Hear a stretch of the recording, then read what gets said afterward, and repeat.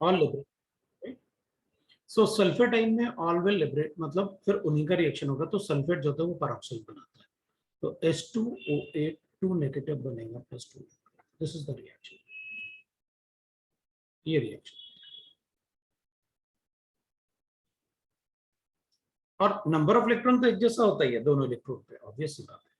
तो अपन कहेंगे ठीक है, the cell reaction is twice of H plus ion plus twice of sulphate ion converts into H2 plus H2O8 2 negative. This is per disulfuric acid. So we get that the reaction as this. तो अपन से product भी पूछ सकते हैं और अपन से reaction भी पूछ सकते हैं, राइट। अब अपन को एक बात पता था, कंसंट्रेशन का मतलब ये थोड़ी होता है कि मतलब वहां वाटर होगा ही नहीं, तो वाटर भी होता है। सो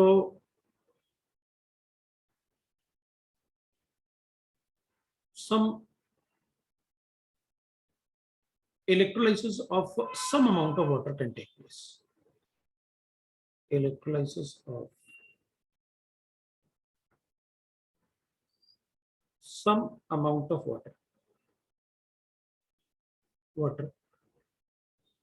may take place. मैंने may लिखा, take place, मैंने ये नहीं कहा कि हो गई। अगर कोई पूछेगा तो मैं रिएक्शन ही बताऊंगा।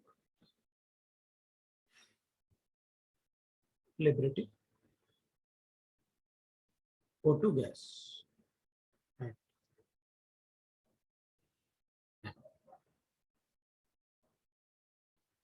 अब देखो कैथोड में तो कोई पॉसिबल ही नहीं है वाटर का रिएक्शन, क्योंकि ये तो जीरो होता है और वाटर -0.83, कितना भी ओवर वोल्टेज हो जाए ऐसा नहीं हो सकता। वैसे तो ये भी नहीं होना चाहिए भाई, 1.23 और सल्फेट होता है 2.05 ऑक्सीडेशन पोटेंशियल। तो अब अपन को एक एग्जांपल सपोज करना है, ठीक है।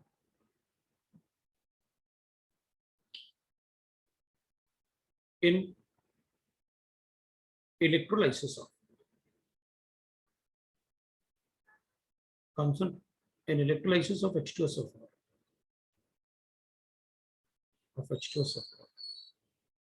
at high current density, aqueous high current density, the volume of H2 gas liberated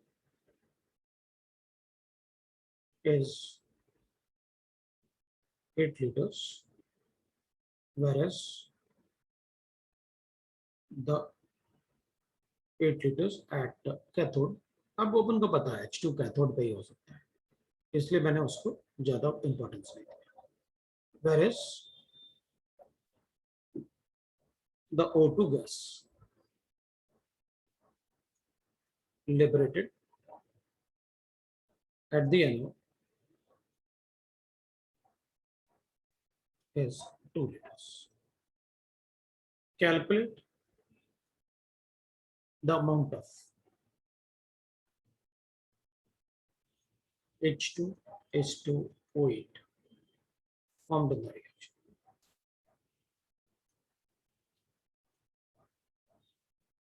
अब अपन सोचेंगे, एक बात है, एक बात अपन को अच्छे से पता है कि भाई एक बात बताओ, अगर हाई करंट डेंसिटी है तो ये तो मुझे पता ही था ना कि हाई करंट डेंसिटी पे जो इलेक्ट्रोलाइसिस आप बताओगे मुझे, उसमें यहाँ पर एनोड और कैथोड होगा, तो H प्लस आइन होगा, सल्फेट आइन होगा और H2 होगा, ठीक है, एनोड कैथोड पे। अब अपन कहेंगे मुझे एक बात पता है कि अगर एनोड और कैथोड, एनोड पे O2 है और कैथोड पे हाइड्रोजन है, तो मुझे कहेगा यार मतलब ठीक है, मुझे नहीं पता क्या हुआ, मुझे ये पता है कि जितने इक्विवेलेंट H2 के होंगे at cathode is equal to equivalence of O2 at an. मुझे ये पता है कि दोनों इलेक्ट्रोड पे इक्विवेलेंस बराबर होता है, चलो करके देखते हैं। हाइड्रोजन के मोल्स कितने हो गए? तो 8 volume in litres divided by 22.5 moles. सबको पता है कैसे, और मोल्स को इक्विवेलेंट में कैसे कन्वर्ट करते हैं वो आपने बताया। तो मुझे मोल्स गिवन है, मुझे एन फैक्टर OH2 का 2 आ जाएगा, मल्टीप्लाई कर लिया। अब मुझे O2 के लिए मोल्स कितने हो गए? O2 के मोल्स वॉल्यूम कितना गिवन था? 2 डिवाइड बाय 22.5, और उसका एन फैक्टर कितना होगा? तो एलिमेंट है ना, ऑक्सीडेशन मतलब वैलेंसी से कैलकुलेट करते हैं ना, मल्टीप्लाई बाय 4।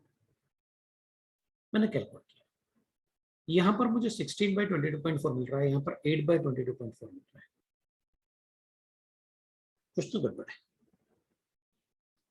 तो अपन क्या कहेंगे? अपन कहेंगे देखो भाई, दोनों के इक्विवेलेंट्स बराबर होने चाहिए। जितने इक्विवेलेंट इधर होंगे उतने इक्विवेलेंट इधर भी होंगे, दोनों पे इक्विवेलेंट हमेशा बराबर होता है। That is Faraday's law of second law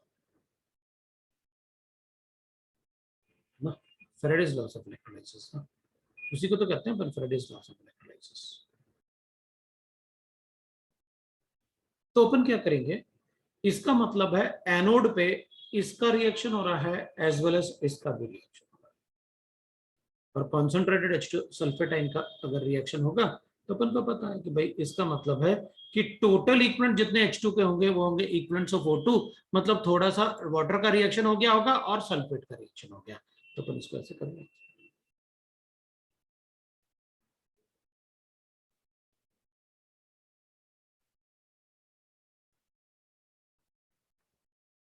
तो भाई इसके इक्विवेलेंट्स हो गए। अब इसके इक्विवेलेंट्स हो गए अपने पास X,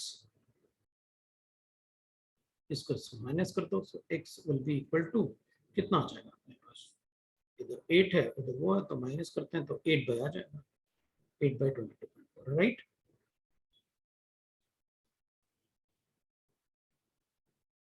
8 बाय आएगा नहीं यार, कितना आया? ये भी गया, मतलब मैं माइनस करके वैसे करना चाहता था, एलसीएम लेके नहीं लेना है, तो हटा ही दूंगा। ले भाई आ गया, जब सब कुछ कैंसिल हो रहा है तो हटाओ ना, सब क्यों परेशान। ये अपने पास एक्स का वैल्यू 0.5 हो गया सीधा सीधा,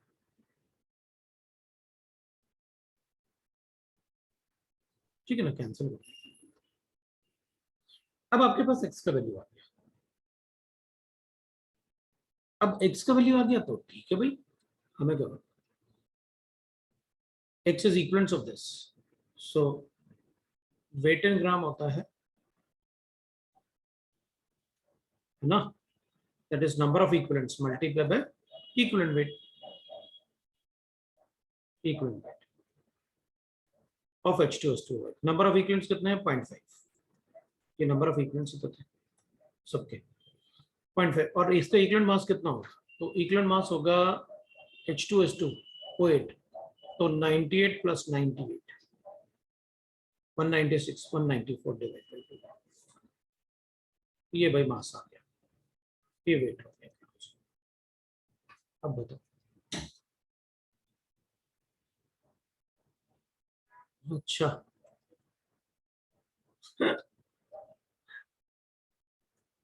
मुझे लगा यार इसको इस तरफ ले जाऊंगा तो कैंसिल कैसे होगा, सही तो लिखा था तुमने। कैलकुलेशन भी गड़बड़ हो ही जाते हैं। 8/22.4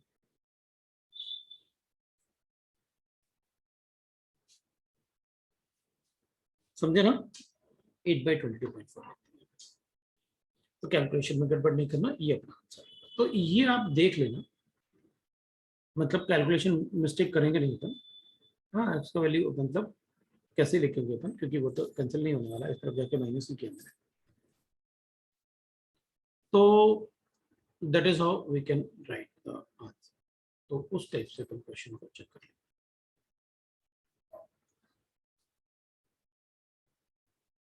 तो ये अपना आंसर है, किसी को डाउट है तो बताओ।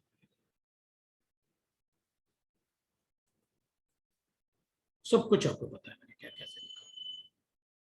So that is your answer, कोई प्रॉब्लम नहीं। तो इलेक्ट्रोलाइसिस ऑफ, अगर किसी का हाई करंट डेंसिटी या कॉन्सेंट्रेटेड सोल्यूशन हो तो जो उसके आयंस हैं उन्हीं का रिएक्शन लिखना। H2SO4 में अपन ऐसे बोल सकते हैं। चलो दूसरा चलो, मेरे ख्याल से हो गया, दूसरे पेज पे चले। नो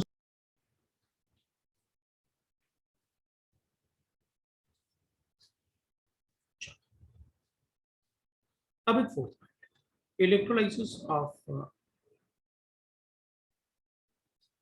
सर, एक सेकंड दिखाओ ना लास्ट पेज। अभी भी है, रुक जाना, ठीक है। एक्वस यूजिंग mercury electrodes,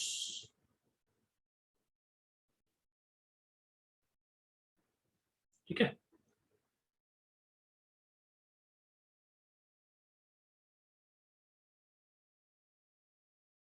तो अब क्या होगा, उनको एक बात अच्छे से पता है कि अगर आप अब मरकरी इलेक्ट्रोड यूज करोगे ना, अपन ने मान लो मरकरी कैथोड यूज किया, ये मरकरी कैथोड है,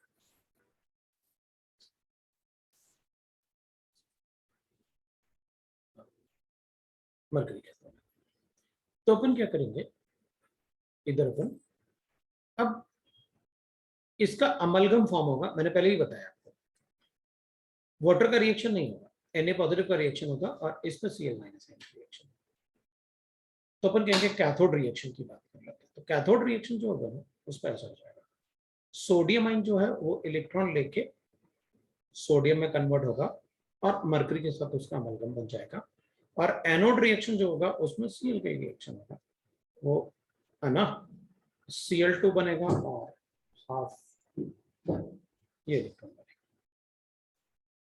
तो रिएक्शन तो अपन को पता यही हुआ भाई, सोडियम आयन था, Cl नेगेटिव आयन, इसमें अपन को सोडियम अमलगम बन जाएगा और ये हाफ से, अब ये ठीक है, we are using mercury as a electrode, ठीक है। अब इसमें क्वेश्चन कैसे आएगा ये बताओ, तो अपन कहेंगे इसमें क्वेश्चन पता कैसे बनेगा, अब फेरेडे लॉ यूज करते हैं, ठीक है। पहले तो इसको ऐसे कर लेते हैं, ये इधर क्वेश्चन लिखते हैं।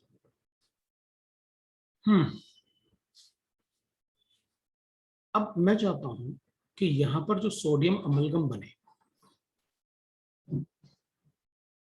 वो, उसमें सोडियम जो है वो 10%, कोई भी परसेंटेज हो सकता है, मैं तो आपको कंसेप्ट बता रहा हूं। सो calculate the time for which 3 ampere of current, अब वो मिली एम्पियर भी कर सकता हूं मैं, वो एम्पियर में लेना है, लेकिन ampere of current will be passed so that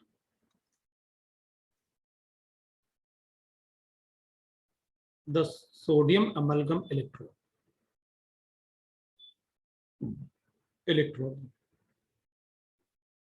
is 10% by mass, 10% by mass, 10% by mass. The mass of mercury electrode initially used is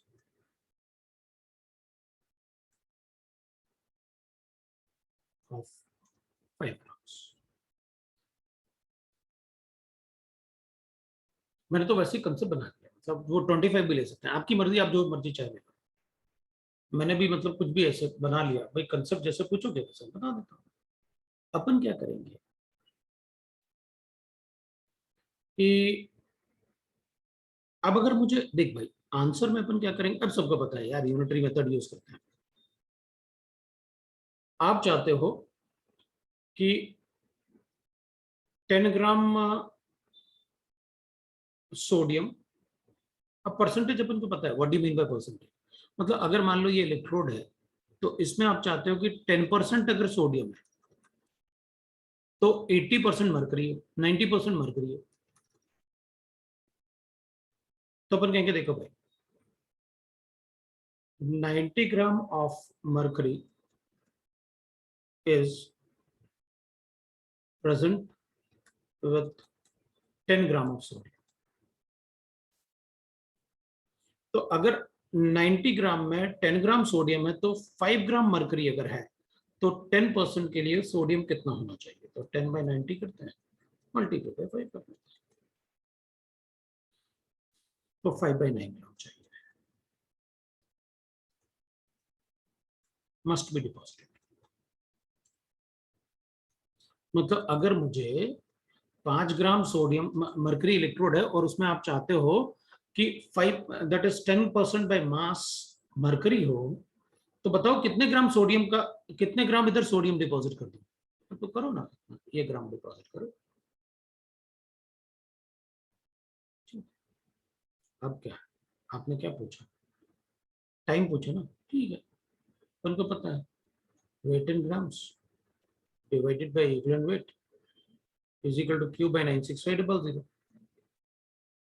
low answer आ गया। वेट कितना है? 5/9। इक्विवेलेंट वेट सोडियम का n फैक्टर 1 होता है क्योंकि एक ही positive charge है तो एक ही इलेक्ट्रॉन गेन करेगा। सो 23/1।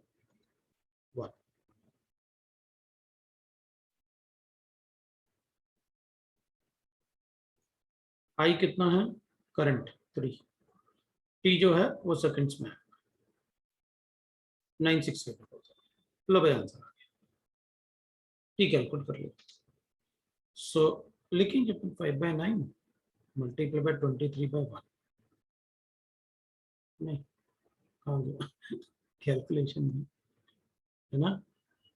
तो अपन लिखेंगे 1/23 इज इक्वल टू कितना आया अपने पास? 3 इंटू टी सेकेंड्स में आएगा 965/0।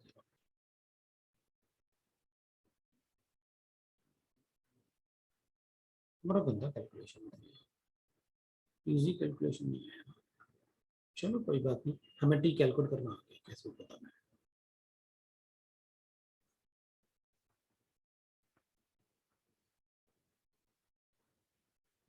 तो ठीक है, इसको देखो 23 और 27 को मल्टीप्लाई करके कुछ शायद अच्छा कैलकुलेशन आ जाए, है ना? तो शायद कुछ अच्छा कैलकुलेशन बन जाए, तो बाकी आप कर लोगे। अब मैं वो नहीं बता रहा, मैं तुम्हें सिर्फ कंसेप्ट बताऊंगा। तो ये डिपॉजिट करने के लिए अपन ने कहा भाई देखो आप चाहते हो 10% बाय मास हो जाए, मतलब जो टोटल सोडियम अमेरिकम बने उसमें 10% बाय मास हो जाए क्या? सोडियम। तो कितने ग्राम का मरकरी लिया था आपने? 5 ग्राम का। तो देख लेते हैं कितना 10% बाय मास के लिए कितना ग्राम डिपॉजिट होना चाहिए सोडियम। तो अपन कहेंगे 90 ग्राम होगा तो 10 ग्राम सोडियम है, तो 5 ग्राम अगर मरकरी है तो कितने ग्राम सोडियम होगा? तो 10% बाय मास हो जाएगा, तो इतना मास डिपॉजिट करना है। तो वेट कितना डिपॉजिट करना है? इतना। उसका इक्विवेलेंट वेट बताओ, इतना। तो फिर I into T divide by 965 हो गया।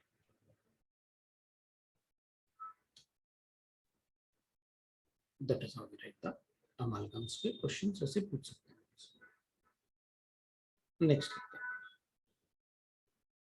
ठीक है। अब मुझे गिवन है सपोज इसके बाद इलेक्ट्रोलाइसिस क्या था? इलेक्ट्रोलाइसिस और aqueous solution of NaCl। सो अब अपन लिख सर सकते आप हैं, लास्ट लास्ट पेज दिखाने वाले थे एक बार। अच्छा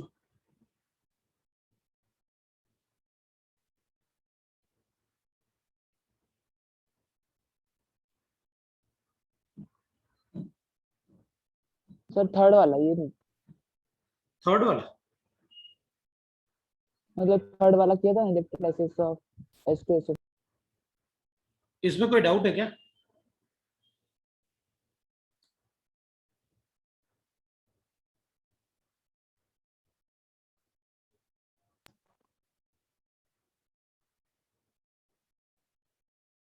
यार बड़ा जल्दी टाइम हो गया, आज अपन ने कुछ पढ़ा भी नहीं और टाइम भी हो गया।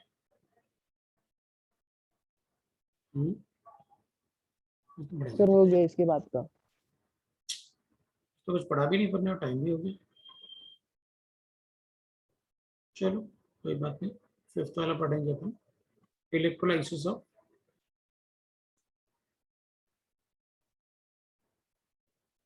अब ये नेक्स्ट टाइम पढ़ सकते हैं अपन।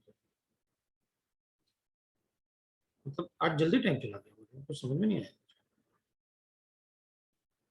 पता नहीं, फिर पढ़ना पड़ेगा जल्दी, क्योंकि मतलब ज्यादा ही, मतलब इलेक्ट्रोलाइसिस में इतना टाइम नहीं लगता है, 2 घंटे की क्लास में खत्म हो जाता है, बहुत टाइम लगता है। अच्छा डिस्कशन भी किया ना हमने शुरू में थोड़ा।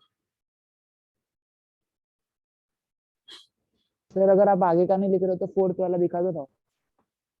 आगे का थोड़ा जोर से बोल बेटा, आगे आवाज नहीं आ रही थी। सर आप फिफ्थ वाला नहीं लिख दे रहोगे ना तो आप ये दिखा दो, फोर्थ वाले का लास्ट पार्ट दिखा दो। ठीक है, मैं अपलोड कर दूंगा। चलो पहले इसको सेव कर लूं तभी अपलोड करूंगा। हाँ अपन ने थोड़ा पढ़ा भी ना, उसी भी थोड़ा पढ़ा।